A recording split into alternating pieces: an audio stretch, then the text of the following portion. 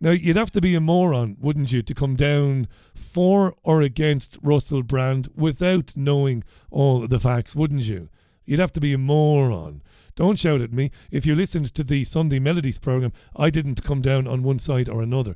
I said that I find it preposterous, the claim that he would be attacked because he represents or poses a threat to the status quo. That I find preposterous. I never said that Russell Brand is guilty or innocent, but lots of people do that. And that's a bit silly without knowing all the facts, isn't it? But these are the times we live in. He's being targeted by the deep state, or he's a rapist. Well, now those text messages, to be fair, to the woman known as Nadia, that's a pseudonym obviously, who claims she fled his house in Los Angeles, those text messages are very problematic for Russell Brand. But he'll have to deal with that. Let's bring you up to speed. He's facing accusations of rape, sexual assaults and emotional abuse over a 7-year period. He's said to have behaved inappropriately at work when he was at the height of his television fame, including undressing, making sexual remarks and acting aggressively. He denies all of this, and he put out a statement on Friday on Rumble and on YouTube saying, no, there are agendas at play, he said. Or maybe there are agendas at play. Now, these allegations about Brand were revealed in a joint investigation by the Sunday Times, The Times and Channel 4's Dispatches. Right?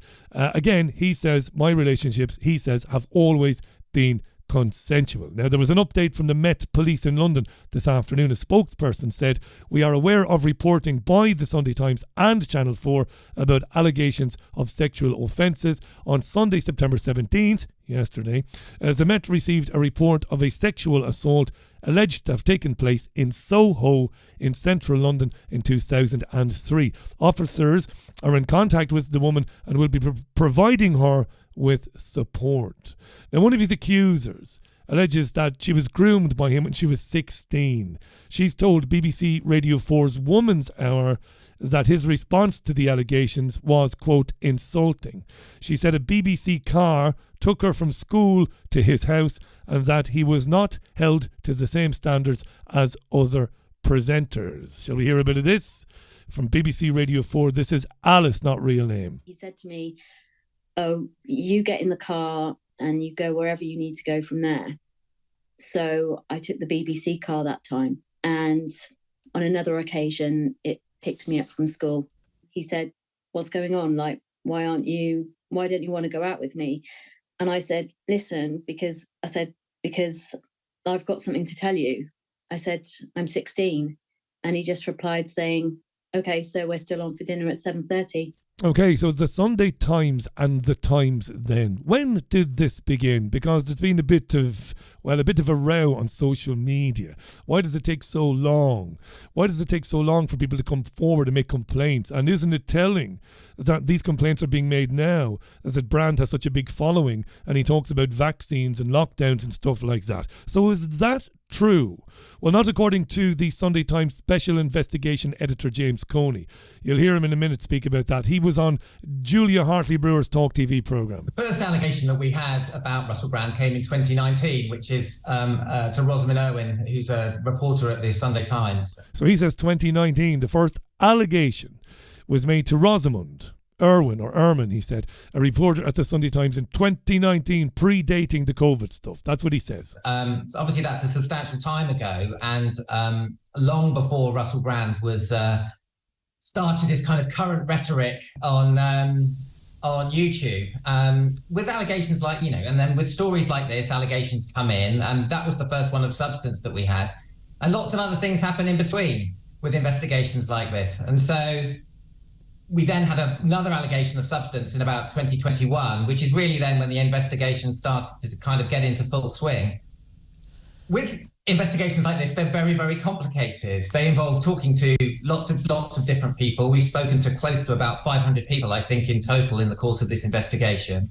And while you have to deal sensitively with people who make allegations like this, you also have to be rigorous and check everything that they're saying. And so therefore, it takes a long time to do that. They're also very, very, very legally complicated. Yeah. So when people say, why now? There's no doubt at all that Russell Brand has gone down at sort of a conspiracy theory. I agree with him on some things, disagree with him on others. But some are saying he's a conspiracy theorist now on lots of issues. You're saying, look, we've been looking into this for a long time. The why now is this is the point at which we were able to pull it together and be legally safe to actually put these allegations into the public mainstream.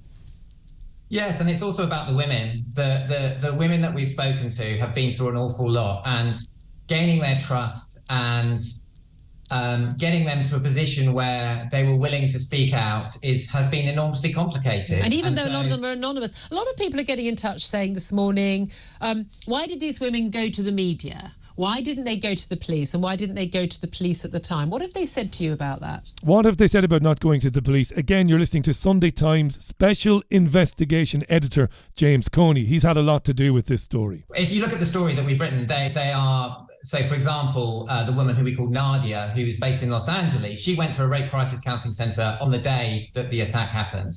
And that was reported to the police. And the interview that Charlotte Wace has got in the Times today speaks to how she was intimidated by him. You know, this was a very, very, very famous man at the time. And as we've also got a piece in the paper today from the former Victims Commissioner of the police in London, talking about how hard it is for women still to this day to have the confidence in a police investigation. They last years and years. They can be incredibly intimidating. And so therefore, if you're dealing with somebody who's very, very famous, and you're in a vulnerable situation, it's enormously difficult to go to the police. More on this, the delay in reporting shortly. Right. Now, media lawyer Mark Stevens was on the same show. What does he reckon? This is a well-known media lawyer, Mark Stevens. The allegations that have been made, they are detailed, surprisingly detailed, actually, which is probably why they've cleared the lawyers not only at News International, but also at Channel 4. So I think that there are real questions to be asked and answered.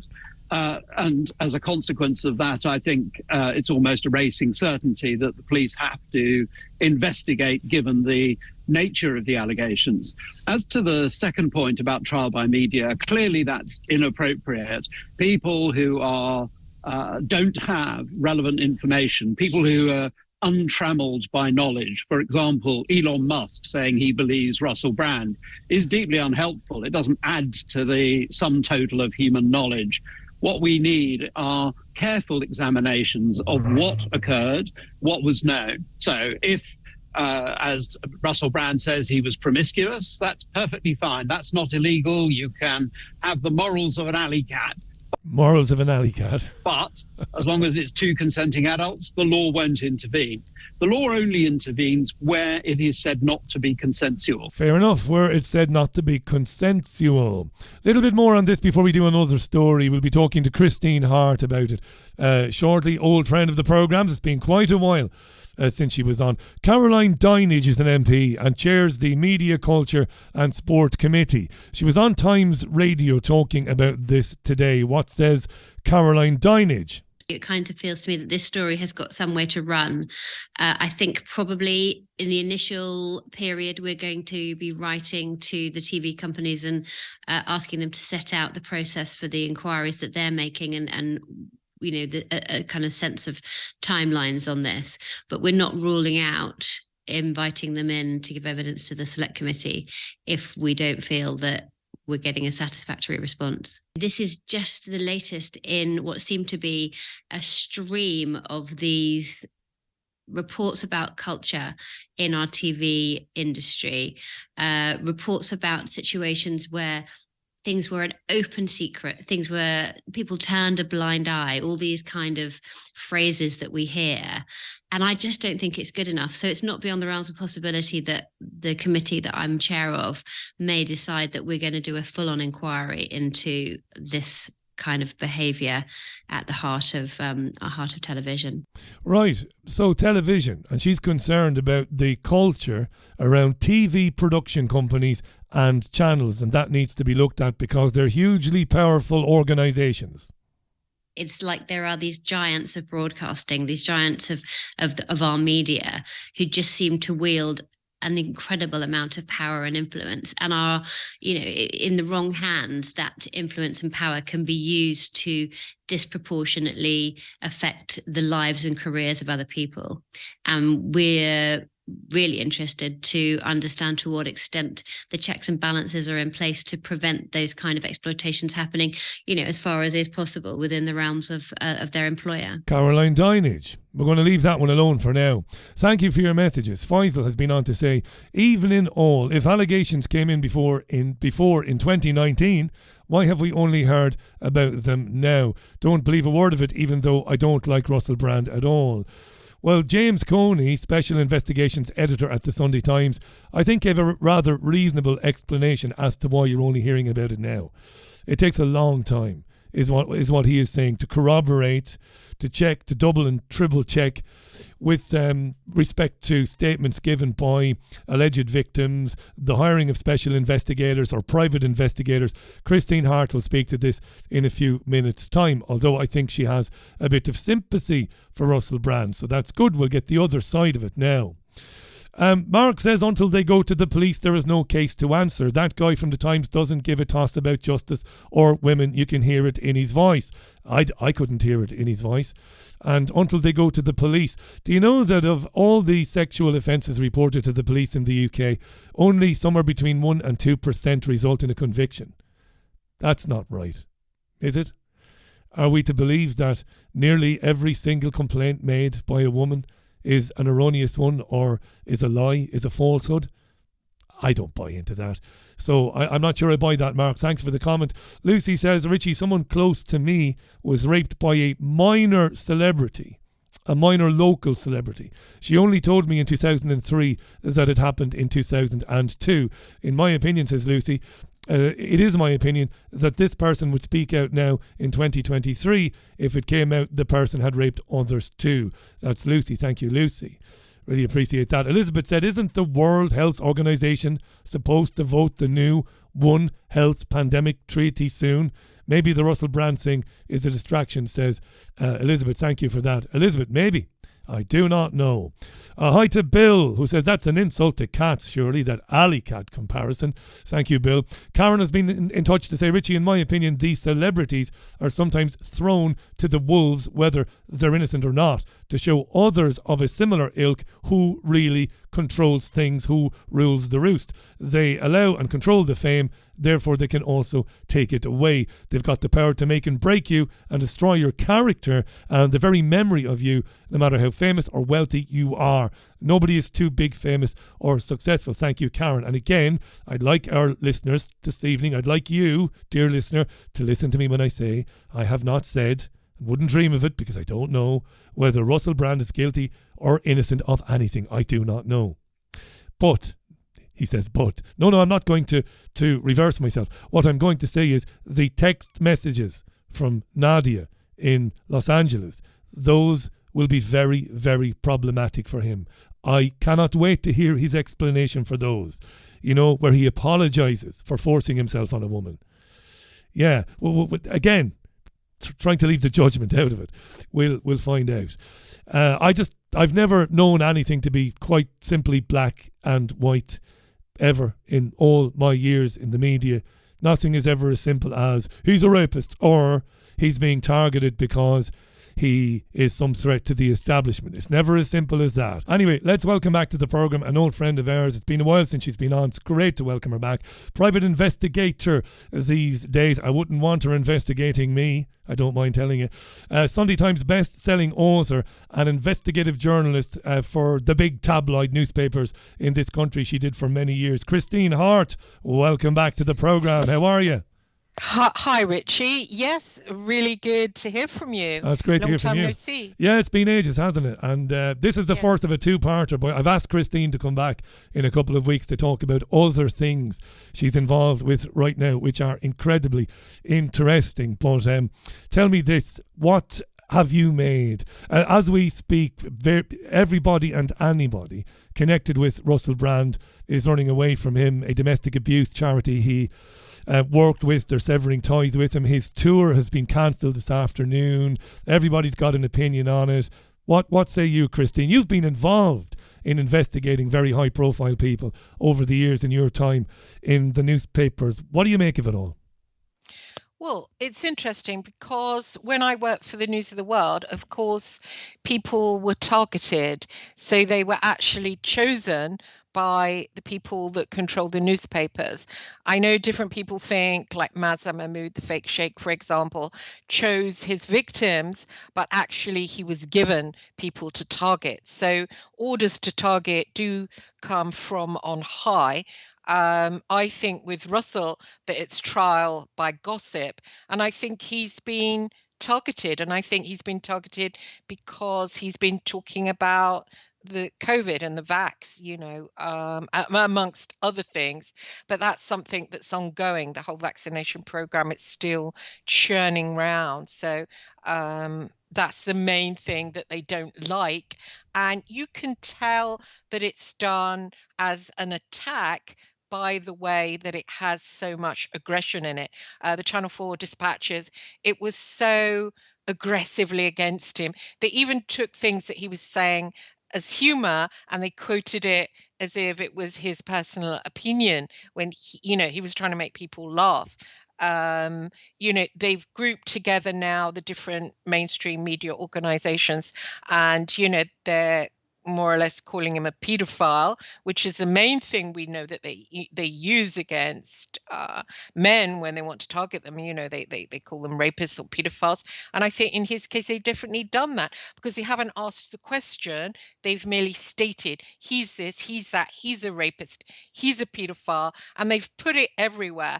And actually, I feel that he's toast. I don't think he'll come back from it. They've just hit too hard and they've hit together. And this is what they do when they target somebody, because they know they can mind control the masses, and the masses will think, it's 100% true, and they'll just walk away from him, as people have been doing. And then, once you get that sort of nonce label on somebody, then, people just move away and they don't stand by him. I noticed The Guardian and The Spectator are coming out saying he's part of the establishment protected him. So they're trying to get in with the trendy liberals to say that he was part of the establishment, and look at us now, we're exposing the establishment. But he's not part of the establishment, he's part of the truth movement, and he's been revealing quite a lot of things which they've gone straight for the jugular in quite. It's not impartial reporting. They're attacking.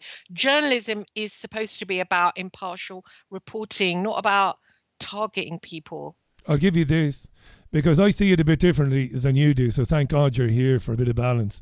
And you'll get plenty of time and I won't be interrupting you because, as you know, we don't do that here. I'll give you that much. I mean, it has been absolutely relentless. I would like to take you up in a few minutes on the notion that he may have been a threat to the status quo, because I see that a little bit differently. But before that, I've got to ask you, I watched it, and I watched it with a similar... I watch it like you. You're a journalist, I'm a journalist, and it's being lauded. I mean, the Telegraph gave it 5 stars. I thought it was a poorly put together programme.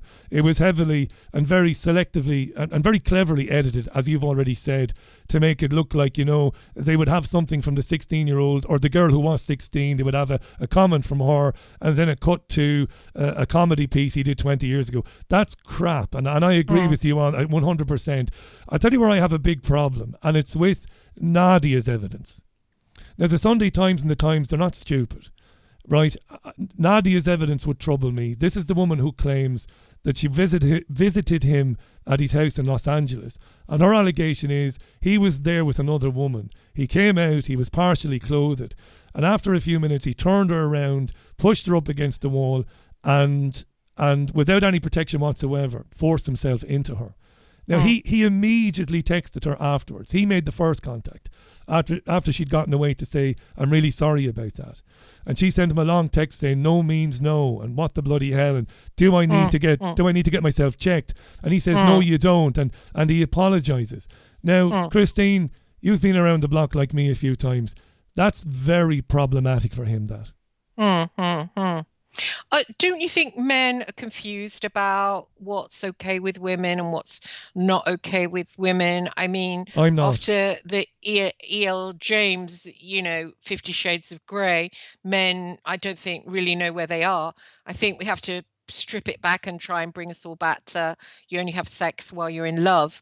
I think that would, get everything under control. But at the moment, while we're all having sex just for recreation, there's no lines. They're blurred as to what, we want men to be more dominant, and yet we want Christian Grey. And yet, if you do that, you're rapey. So yeah, but Christine, hang on. Spinning. Hang on. This woman says no, and no means no. Yeah. And feminists will be screaming at me now to give you a kicking.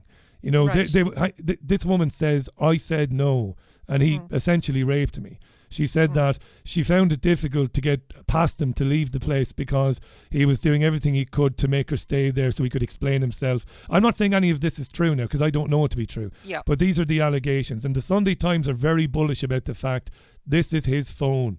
And he's not come out and said anything. I would have thought if he was entirely innocent that he would have been screaming from the rooftops about the complainants, that he would have been saying, this is garbage, I want to see the evidence, I don't know who these women are. But he's not. He's gone straight to there are agendas at play. So what I'm saying is, I hear you, trial by television, trial by social media is outrageous. We know the establishment targets people, we know they use sex scandals to bring people down, but this Nadia story is problematic for him. It's really problematic. And no does mean no, and I know what's right and what's wrong. And if a woman tells me, I've been with the same woman for 22 years, by the way, when my missus says no, I understand she means no. Yeah, no, I agree with you, but I do still think that men are confused as to, what their role in sex is supposed to be. I mean, that's my humble opinion, but I do understand when you're going out with somebody and you don't feel like sex and you don't want that, but, how are men supposed to know, whether that's how you really feel at that given time when they're in a relationship with them. I mean, I'm not a man, but I'm just seeing it from their point of view. But just know, Christine, I mean, I'm kind of astounded because I've known you for years and I've all the time in the world for you. But I'm astounded that a woman is saying or asking the question, how is a man supposed to know? Well, the minute the lady says no, I'm not in the mood for it, that's take a cold shower or grab a box of Kleenex and retire to your bedroom. For me, yes, and I'm not trying to be a saint here. Aren't men now looking at things like Andrew Tate? Aren't they told to, you got to dominate your woman, you got to be, like a real man, quote unquote, with women. And, women are reading 50 Shades of Grey. They want a Christian Grey. Get on that bed now, get undressed, do this, do that. I mean, I had an experience of, well, I wasn't going out with him, but it was a social worker that I had, and I was pregnant at the time, and round his house, very young, and I was actually being sick, and I was saying, get off me, but he was making me perform an act on him while I was being sick, and I was saying, please don't, and he kept doing that. I mean, I didn't report it. Was I raped or sexually abused then? I mean, I don't know. I mean, I kind of forgave him, and thought, well, that's the way men are. But did you not think for a minute that as a social worker, he'd completely... Yeah. I mean, that's beyond out of order, and that he might go on to do something like that to a woman who might have been more vulnerable than you, because that's true. That's sexual assault, isn't it? Yeah. Sexual assault. Yeah. I was talking to somebody, about something else I'd been through, and they said, were you ever sexually abused in care? And I said, I had a relationship with a social worker, and they were like, no, that shouldn't have happened. So so it made me look at that, and I said, well, there was I believed myself to be in a relationship with him, but there was, that incident when that happened, and I didn't feel great about it, but I did forgive. So I was just telling that story, so that fair enough. I've been there. Yeah, and can I just say this? I've been in that position. And can I just say this? I've had 2 or 3 messages from women saying something similar, saying that you've got a point, though, that it's not always as clear cut as it appears afterwards. And again, I'm not trying to score points with my female listeners. I'm speaking from the heart. For me, no means no. My missus has said no to me many a time. And when I dated, you're very grounded in your masculinity, and you haven't got any problems. But there's a lot of men out there, and they don't know how to be a man. They've got people like, bring his name up again, Andrew Tate, telling them how to be a man. You have to dominate women. And of course, in the old days, women were very dominated, sexually. They had to give it up for their men. And I think these days, with things like 50 Shades of Grey and that whole thing, and pornography being the way it is, I think men are confused. And I think if you have sex recreationally, if you have sex outside of a love relationship, they get confused and they don't know where they are. And I think women don't know where they are either. They don't, is this man going to treat me well? Because there's no love there. I think if Nadia and Russell had an intense love connection, there wouldn't have been any of that confusion. There wouldn't have been any, because like when you look at your wife and you think, oh, she's saying no, you love her. But say you were with someone you didn't love, you think, hang on, I feel like sex tonight, and you're my girlfriend, and and you're saying no. So I think when there's no love there, then everyone can get confused about what the hell's going on. I'm not, No, I listen, think Nadia's suffered, and I think you've explained Russell yourself should probably to me. say sorry. But all of this calling him a paedophile and a rapist, well, that's ridiculous. I think it's gone too far, and I think mainstream media aren't to be trusted, because what Russell has been coming out and saying about the vaccinations and about COVID and about Can we come to that in a second? Because I want to just say look, I think you explained yourself properly first time around, but I'm only now getting what it is you're hinting at. So if Nadia had been carrying on a relationship with Brand, and if it had been very heightened sexually, and if it had been grabbing and throwing around and all of that sort of stuff, it might go some way to explaining what happened in the house in Los Angeles. The problem, so that's hypothetically possible, right? The problem he's going to have is a judge in Los Angeles County Court won't give a damn. She said no, and you did it anyway, and you apologised to her later on. Therefore, that's how I see that going. You're putting context into it. I get this. Let me read a few comments. Christine Hart, Sunday Times best-selling author, private investigator these days, and has written for and investigated stories for some of the biggest tabloids in the history of this country. A lot of comment on it. A lot of people want to strangle you, but some women are saying, I kind of get what she's saying. Isabel says, no matter how much I despise Brand, it is true that it's disgusting that the TV documentary was shown without any prior trial that found him guilty. And as you said, Ritchie, what are the chances for him now to have a fair trial? It's not fair on him, and it's not fair on his victims. I mean, that's an absolute fact. How could anybody with a straight face say that you could assemble an impartial jury in this country to judge Brand, Christine, based on what's gone on in the last 72 hours? It would be very difficult, wouldn't it? I would say he's finished. I mean, the New York Post, I think it was, started talking about how, he went out with a 16-year-old.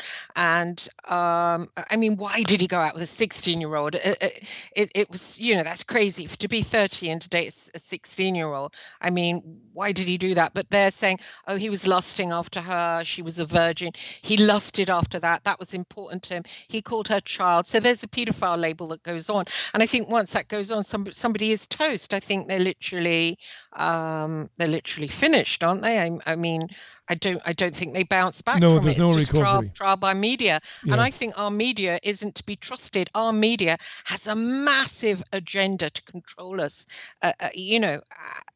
At this point in time, they're not to be trusted, what they tell us. And when they tell us something so strongly, like they did in Dispatches, and it was really, taking things out of context. They did the Jimmy Savile quote. They had stuff he was saying on stage to make people laugh. It's a really incredibly vicious attack on another human being. It's not impartial. It's not right. It's not decent. We're supposed to be a Christian country, and that it really isn't a Christian way of carrying on. So how can we trust them? I think we as a people should stand up and reject that. It's not right. It's not good. I And I made the know there point. was a woman in The Guardian, I can't remember her name, but she was saying, no, actually it was Sam Leith in The Spectator. He was saying, of course we journalists can investigate. Of course we didn't have to have a trial first. A journalist can investigate and expose people. Well, not the way the things are at the moment, and not so viciously, because that dispatches anybody watching it can see how it was a very venomous attack, which is different from investigative reporting. It's an attack. It's an attack in the way the News of the World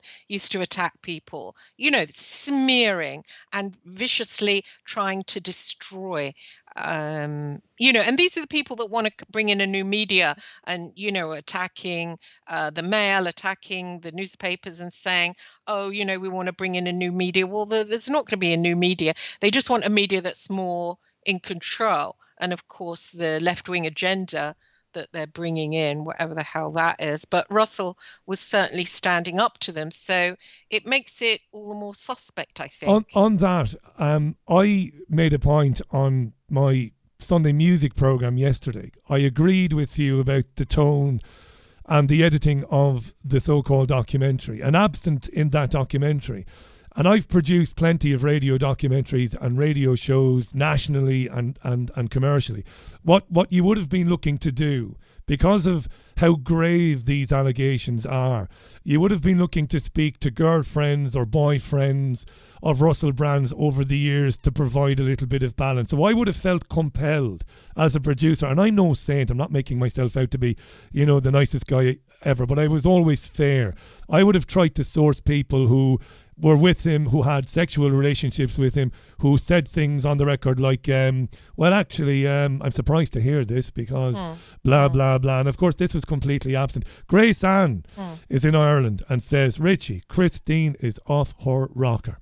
Men don't know what no means, and women want 50 Shades of Grey. She is so wrong, says Grace Ann. And it is fairly balanced. I sound a bit like the BBC now, because the BBC deliberately tries to balance up the comments, where I just read them out as they come. I just read them out as they come in. I can take the I know you can. Holy God, okay. yeah.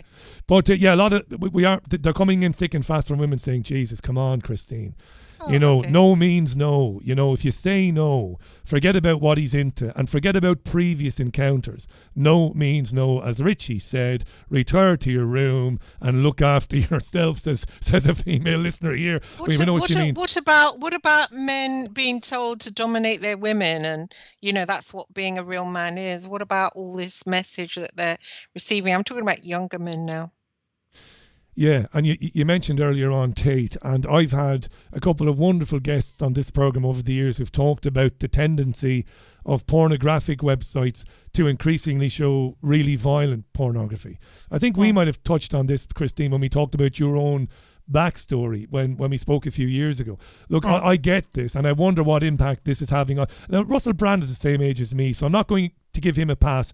If Brand is controlling, and if he's aggressive in sexual encounters, I don't know that he is, by the way, I wouldn't give him a pass by saying Pornhub increasingly shows violent porn. However, young men in their 20s, when they go to the pornographic websites, they see, well, it's awful really what they see. They see women in very compromising situations, often being set upon by 2, 3, 4 men, and that has become the more popular type of pornographic video. Yeah, that must be playing some part in what's happening to the dynamics between men and women. I would agree with that. I mean, teenage boys now. Look, when I was a teenage boy, Christine, I couldn't wait to get a video, I couldn't wait to go to the video shop because the video man always had a video under the counter. And we would rent the video as 15-year-olds and watch it and be amazed. Italian porn, soft music, right? Very, very, very consensual stuff. Now, the 15-year-old kid today doesn't need to go to the video shop and beg the video man to give him the video. He goes online and what he sees is violent. And you believe this will have an impact on how he perceives sex and how he enjoys sex. Yes, but it's not just this. I mean, the whole thing of the 50 Shades of Grey revolution, which it really was. Young women were, going along with that and saying it was okay. And there was all these, tie up kind of videos. I mean, looking back to what Nadia went through, she wasn't beaten up or tied up. I think there's probably women out there, hundreds, thousands, maybe millions, that have gone through what Nadia's gone through. What do we all do now? Do we go to the local police station and say, oh, actually, Dave and Steve did that actually, and now I'm thinking about it, I think Eddie did that when we lost, I mean, what's going to happen? Is that what we do? I think we have to look at ourselves as a society, not just, point the finger at one man, because, people under this kind of pressure, they sometimes end up suiciding. It's not fair, really, just to point the brunt of what's wrong with society just at one man. I mean, there's rapes going on all over the world right now, Sweden, Germany, there's, young 15-year-olds being raped. I mean, society is a mess, I think we should look at this honestly and flush it out honestly and not let media take control, because they're not inquiring, they're not gentle, they're not, it's not you doing it, Ritchie, it's a really dark force, and people know that about, the BBC, Channel 4, all of them, the newspapers, that they're a very dark force and their agendas are dangerous. And I think bringing themselves to bear just on one person in that way, I don't like it, No. It doesn't seem right. Can I finish with Brand for a moment on this point? I've got to, because you see, you can go back to work. I'll just get hammered. I've got to do this. After Nadia says he spun her around, put her face up against the wall, did the thing, he blocked the door and made it difficult for her to leave. He sent her a text message at 3:29 in the morning, which read, "I'm sorry, that was crazy and selfish. I hope you can forgive me. I know that you're a lovely person." She replies, "Do you know how scary you are when that glazed look comes over you? When a girl says no, it means no. Do I have to go and get myself tested?" To which he replied, "You don't need to get tested. I will make this up to you somehow, with love and kindness, not my original idea, which was even more sex. You've been lovely to me, and I'm embarrassed by my behaviour. Sorry." I'm not saying this now to wind you up, by the way. I've got to say this. No. He's going to prison. He'll be extradited. If he doesn't go to Los Angeles voluntarily, he's going to go to jail for that. That's an admission of rape. You think that he's going to go to jail? I'd say so, yeah. I would imagine that the Los Angeles County District Attorney is going to issue a warrant for his arrest, because apparently this lady Nadia went and got tested and the samples were frozen. I think he might be in a world of trouble here. I'm not saying he's guilty of anything. Look, you've been a journalist for most of your adult life. So have I. We've seen how these things play out. He's texted her before she's texted him to apologise, saying he was crazy and selfish and asking for her forgiveness. Now, when you factor in what she's claimed, he's bang in trouble, I reckon. So it's not as black and white as people are making it out. He's either being targeted by the agenda or he's a filthy racist. There is nuance here, but it's this particular case of this woman. That's the one that's going to hang him, I reckon. Yeah, there are degrees, and it would be good to get a judge and a jury and to flush out the whole thing. Absolutely. So we can find out exactly what went on and, what happened afterwards and how everybody felt. And then reparations, what can he give this girl? She's suffered so much. And, what happens to him then? Is it a good idea that he goes to prison for it? Why did he think it was okay to do that? And just flush the whole thing out with some mature people doing it, not Channel 4 who put out pornography. What is that ridiculous program they put out where people have to get naked and then have their day? It's disgusting, absolutely disgusting. They promote that kind of thing, sex without love. And it's because of sex without love in our society that things like that go down, I mean, it just really is. That's the bottom line. Well said. It's incredible for Channel 4 to take a moral position on anything Russell Brand did or didn't do. when you consider, and wasn't there some outrage about a Channel 4 program which intended to include children in this? Probably. Yeah. And by the way, I just want to just acknowledge one person who's commenting. Somebody called Mark, who's a Russell Brand fanboy in the extreme, saying, again, you are accepting Nadia's take without establishing its veracity. I never said I accepted Nadia's take. I said, based on the text messages sent to her by Brand, taking them at face value, he's in trouble. That's what I said. I've not found him guilty of anything. Listen, scrub out your ears and listen. You're listening to a radio show. You're not listening to social media or Twitter. This is proper journalism here. I've got a real journalist on the line in Christine Hart. We're discussing this like grown-ups, and it isn't happening anywhere else on the media today at all. Great to have you back on, Christine. Let's leave him for a minute, and in the time that we have left, we haven't had a chance to get into it, but we will when you're on with me in a couple of weeks' time. The last 3 years, what the hell happened there in terms of the I mean, how do you deal with that in 9 minutes? I mean, in terms of the media, I mean, did you ever in your life imagine all the years you spent in News of the World, the Mail, the Sun, did you ever imagine that a government would try to enforce lockdown on people, to force people to stay in their homes, to close their businesses under penalty of fine? When you were in your, I mean, you're still in your pomp, obviously, but in your tabloid days, did you ever see anything like that coming down the line? No, I mean, it's terrifying. And also these vaccinations, I mean, I know we're not allowed to talk about them, but, you know, people trusted. Obviously, I didn't get a vax. I don't trust the government. I don't trust, you know, those that are in control of this planet right now. You know, it's only getting darker and darker. I seriously think it's end times. And I think that whole thing with lockdowns and vax and the whole thing with different, you know, they didn't really investigate about COVID, where it came from. We're told it came from the Wuhan lab. It's going to happen again. They're going to say, oh, you know, it's Russia sent a bioweapon or whatever. It's not ended. It's only going to escalate and escalate until a lot of us are dead, because, you know, they want us dead. Basically, it's the bottom line. They don't want us reproducing. And it's really sinister what's going on. A lot of people have vaccine injuries.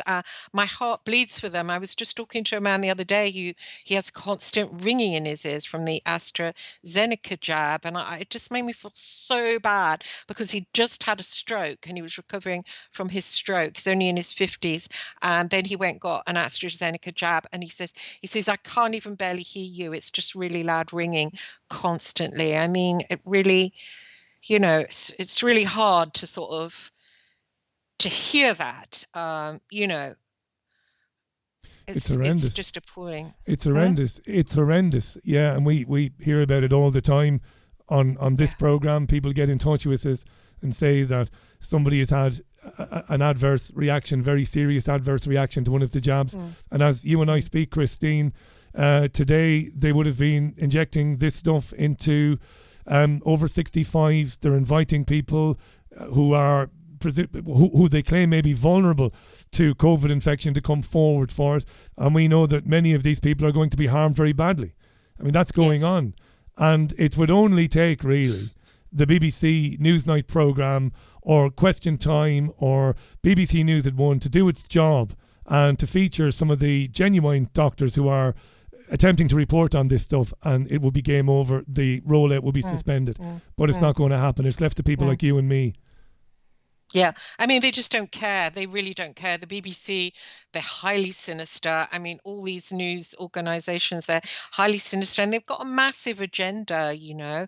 I mean, I actually think they're all infused with AI, an AI that's more advanced than we know, because obviously what we get told about AI, you know, it's only sort of, you know, the tip of the iceberg. I mean, there was somebody sacked from Google, and they reported, it was one of their scientists reported that this AI, this robot, actually was so intelligent and so self-aware, they said that it felt like it was an alien intelligence, and they ended up getting the sack. So what we know is so far behind, and what they know is at least 50 years, maybe more in advance. So, you know, they're probably using it to work out different ways to, decrease the population. That's their agenda. Can we get into that issue and more in a couple of weeks' time at your convenience for a much longer conversation, because it's been too long since you were on, really. Tell us this, huge interest in you. If you don't believe me, just go to my website, and there is an app for the Ritchie Allen Show, and since you came on, I've had 225 messages through it, which this is going to sound like real bragging now, but the likes of Talk TV, LBC, they won't get that. They won't get 225 messages in the space of a half an hour. So that's incredible. So people want you to come back. I want you to come back, obviously. Where can people find you online, Christine? Online, I am on Facebook, Christine Hart. There's a little picture of me, and I've got my own YouTube channel, Christine Hart, Private Investigator. Those two places, Facebook or Twitter. I'm on Twitter, Christine Hart, Private Investigator. So just join me there. That would be great. Yeah, and I hope you never end up investigating me, because I know you're pretty handy, to say the least. Thanks so much for coming on today, short notice, and not so much playing devil's advocate, but putting the other side of it across. There is no other side of it on the legacy media today. Brilliant to have you back, Christine. I can't wait to speak again soon. And that's Christine Hart. Christine's a private investigator. She's a Sunday Times best-selling author, and once was an investigative reporter for the News of the World, the Mail. She's done it all. Christine Hart, putting the case for Russell Brand on the Ritchie Allen Show today.